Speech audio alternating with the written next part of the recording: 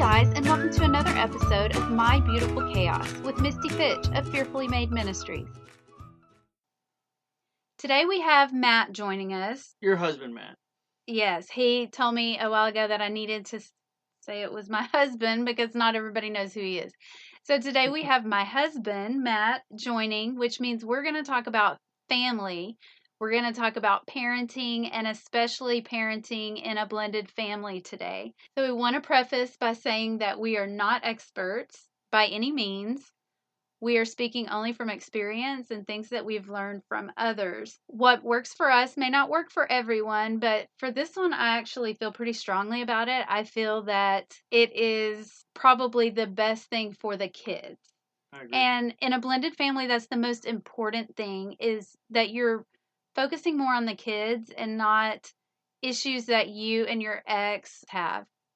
One of my pet peeves is hearing the term broken family. I mean, No, I totally agree. I know this isn't the topic at the moment, but at the same time, it really bothers me Mhm. because I don't want my children to think that they're broken, because they're not broken. God can restore anything. God can rebuild, and He can bless you in your blended family. And we look at our family as our family. Mhm. It's not a broken family. We are one family.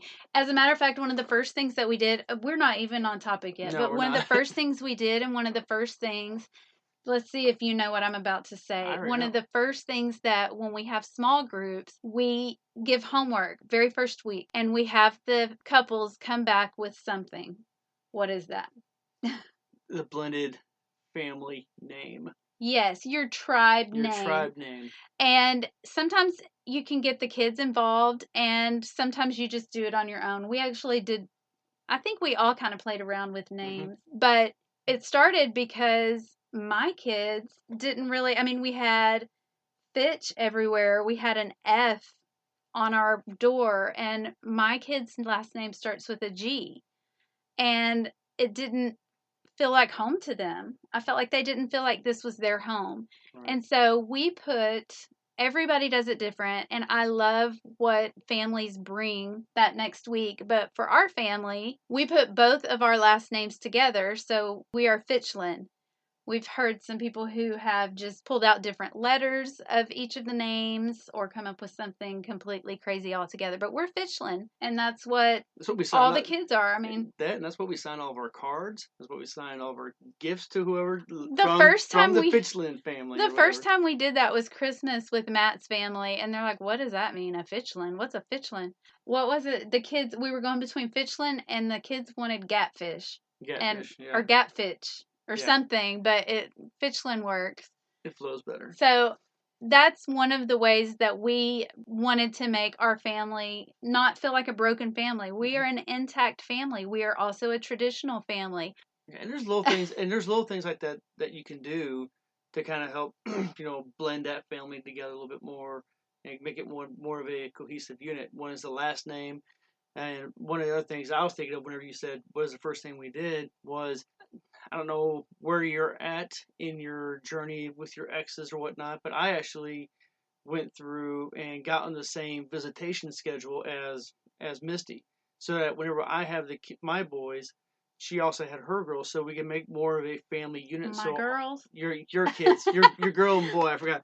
But anyway, we did that so that we can basically have the entire family together. And whenever the kids are gone, they're gone. But whenever they're with us, they're all with us, instead of having separate tribes. Right, and we know that doesn't work for everybody. Right. Everybody is in a different place. But again, it's all about the kids. So if you can try to co-parent with your ex as best as possible, just put the kids first. And there's actually another podcast that I want to do at some point that kind of talks about that. So we'll save that one for another day. But we know that not everybody's in the same place, but that really did help. It helped our family blend when it came to the siblings, because they're always here at the same time. The visitation schedule is exactly the same.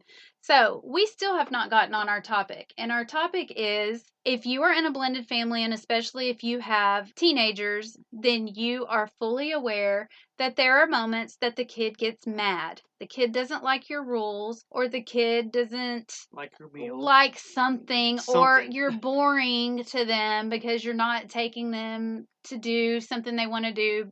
Anyway, there's always a reason that especially a teenager has, that they don't like you and they don't want to be at your house. Instead, they want to be at the other parent's house. And so they throw a fit. So, especially if you have a teenager, then you know that it happens, that they want to go to the other parents for one reason or another. And usually it's a part of an argument that they're having with you. So, what do? Do you let the kid go to their other parents because they're mad at you? Or do you make them stay? Because both seem right and both seem wrong. Matt, what are your thoughts? I mean, I know your thoughts because we do it. Yeah, my thoughts are basically, you really don't have a choice. So who doesn't have a choice, the kid or you? The kids don't have a choice. And I'm probably going to say what you're probably going to say, only because it's very, very good. Is that if a child doesn't want to be there, they want to go to mom's house, they want to go to dad's house, they want to be here, they really don't have that choice. Because in first-time marriage, you get mad, you can't just walk away and say, I'm going to go to mom's house. Well, guess what? Mom's here, and so was dad. That's considered running away in a first-time marriage. Right. I mean, I completely agree 100%. If you are married to your kid's other parent, I just so that it makes more sense, I'm going to say it as me. So if I'm married to my kid's dad and they get mad, cuz they're going to get mad. They're teenagers. They're mad at everything. They are going to get mad. But if you are still married to their other parent, what are they going to do when they get mad? Right? They can't just leave. So, in order for us to be an intact family and us to be a traditional family and not a broken family, then our rules are the same. If you get mad at us, because you're going to, this is what we tell our kids. We know you're going to get mad at us for whatever reason. Sometimes it's that we said hi. I mean, seriously, teenagers get mad about the weirdest things. In order for us to not be a broken family, there's not an option to leave and go to the other parent's house. And it's not because we're trying to be mean and not letting them go to the other parent. It's that, one, like we said, that's not an option if you're married to their other parent. But two, what are you teaching your kids? You're teaching them that when they don't like something, they can run away. So as an adult, they will think, okay, I don't like the situation. I'm going to run away. Let's have 15 different jobs because I don't like my boss today. Right. So everything that we do is a lesson. That's as a parent, whether you're first time marriage or 20th time marriage. I'm going to go a little off script. Just no, for a minute. I can't even imagine that. Just happening. for a minute. Because we are talking about the kids and how they don't have the option to go to the other parent's house because they're either mad at you or they don't like what we're having for dinner, or don't like the rules. The same goes for where I'm going to say I know where you're going with I'm this. guilty in the past. I have not done this in years, but at the beginning of my single life, it happened often where the boys didn't want to be at my house. They didn't want to come to my house. And I'd make them come over. It's my time. And it's one constant fight, bicker, to the point where I'm on the verge, if not saying this, you don't want to be here, go to your mom's. That is not parenting. They don't have the option, nor do you have the option of sending them away because they are your children. Because your kids want you to fight for them. Yes. And I will tell you that, was it 2 years ago? It was 2017. 3 years ago. For Christmas, we did a big gift. But before you could get the gift, all the kids and the parents had to go and hug each person and individually tell each person something they love about them. Nice. And we would have never had them go and hug each other as step siblings. That's so weird because we don't ever use that word. Brother and sister. We would have never had them do that if they didn't have that kind of relationship. So you would do whatever works for your family, or you don't even have to do this. But I loved that we did this. But one of the things that one of our kids did was go to Matt. Brought me to tears. Do you want to tell it, or do you want me to? He gets choked up easily, so I don't know. I'll let you, because I am getting choked up. So he went to Matt, and he said that he was thankful that Matt fought for him all the time, that he fought so hard to have him here. Mm-hmm. And that was what he was thankful for.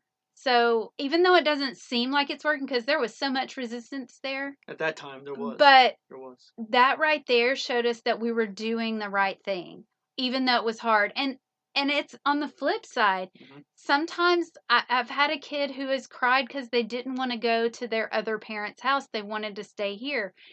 One, it breaks my heart for the other parent, because I can't imagine what that feels like. Matt said that he knows what that feels like. Mm-hmm.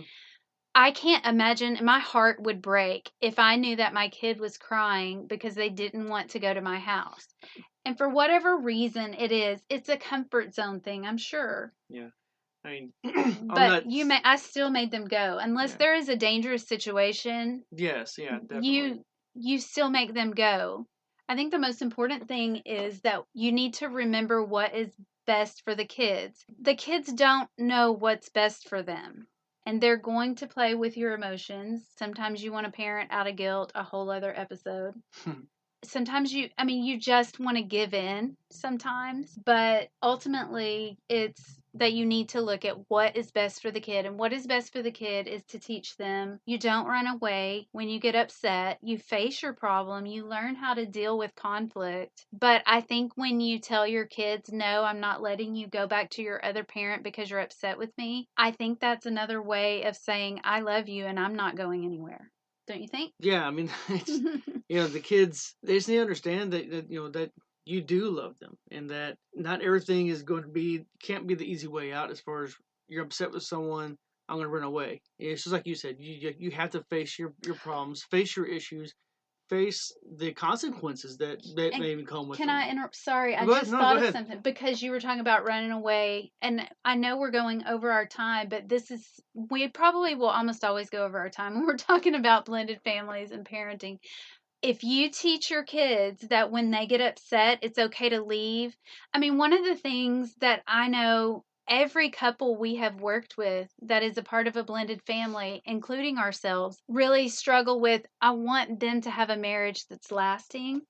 I know that's how I feel. Mm-hmm. You've got to show them how to do that. You've got to show them that when there is conflict, you still stay and work it out and love each other despite the conflict that happens. But I think that we have addressed it. I think we have beat it in the head. So we are good for this episode, right? I believe so. So we will see you again next week. Thank you so much for joining us for another episode of My Beautiful Chaos. Thank you for joining My Beautiful Chaos this week. If you have any suggestions for topics or questions you would like answered on an upcoming episode, email me at mybeautifulchaos@mail.com. See you next week.